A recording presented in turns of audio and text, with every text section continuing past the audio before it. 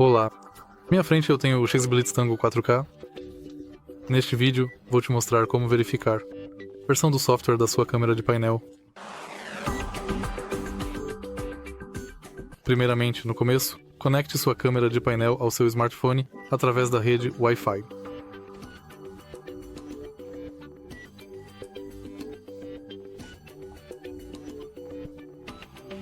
Entre no app Roadcam.